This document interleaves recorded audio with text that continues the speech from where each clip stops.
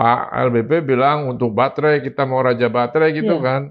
Saya konsultasi dengan teman-teman geologi, saya bilang nggak, mereka bilang nggak ada Pak, itu ferronickel, itu buat stainless steel. Kan Cina kan produksi stainless steel terbesar di dunia. Barangnya dari sini. Oh, kaya raya dia. Artinya sudah ada pembohongan justru juga oleh pemerintah sudah, sendiri. kita ini negara dikutuk. Ya kan, nggak pernah beres ini. 2045 tuh saya juga nggak yakin terus terang gimana cara. Kenapa sampai bertahun-tahun tidak ada yang bersuara? Ya tentu apa yang bermain? Duit. Pekerja Cina datang bekerja dan turis. Datang ke Indonesia masuk dari Pelabuhan Samratulangi Manado, paling banyak. Nah itu sebagian besar ke situ. Makanya waktu itu saya agak marah pada Menteri Perhubungan ketika tidak mau menutup Bandara Samratulangi dan lain-lain di Sulawesi supaya dari Cina itu tidak masuk.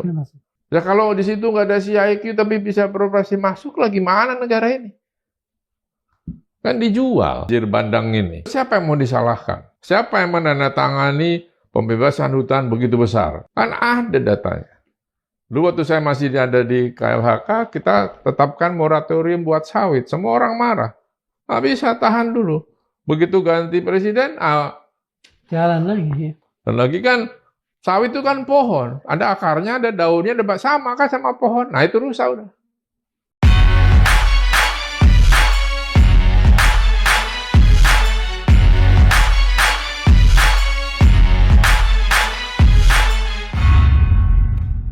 Bismillahirrahmanirrahim. Assalamualaikum warahmatullahi wabarakatuh. Waalaikumsalam.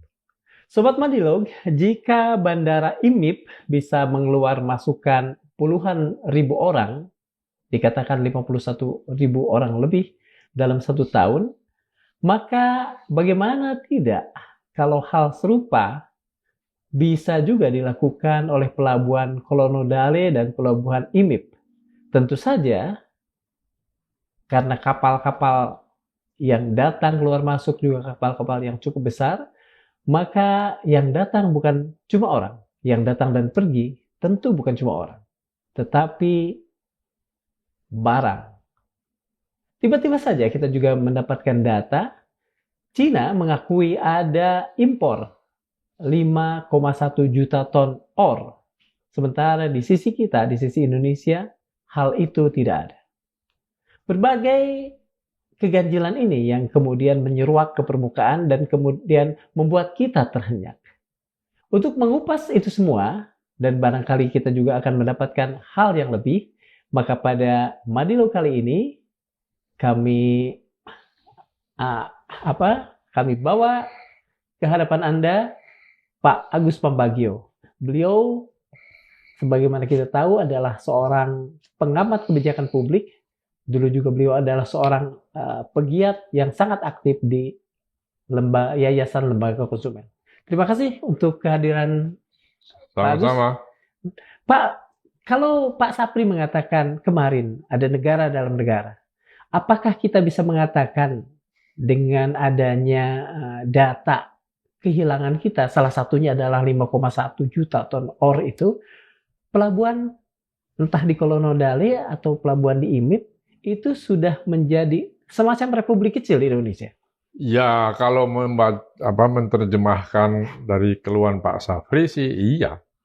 Karena tadi kan Anda sampaikan tidak tercatat angka itu. Betul. Di Indonesia. Artinya kan itu lepas begitu saja. Lalu bagaimana pengawasannya? Ya kan, kalau apakah begitu bandara atau pelabuhan dia statusnya internasional, di situ harus ada kita sebutnya CIQ, itu bea cukai, imigrasi, dan karantin. Karena barang atau manusia keluar masuk harus dikontrol oleh 3 lembaga itu. Ya. Kalau itu tidak ada, ya urusannya penyelundupan lah, pencurian lah. Kan bisa berbentuk barang, bisa berbentuk manusia, ya kan? Bisa juga berbentuk narkoba. Kita nggak ada yang tahu, karena nggak ada yang jaga. Betul. Mungkin itu apa yang dikeluarkan Pak Sapri ketika beliau datang ke sana, kan mau latihan itu. Betul, betul. Terus lihat kok ada keganjilan, lalu dia cari, dia bisa perintahkan anak buahnya, ada apa ini? Gitu. Itu kesimpulan dia menurut saya.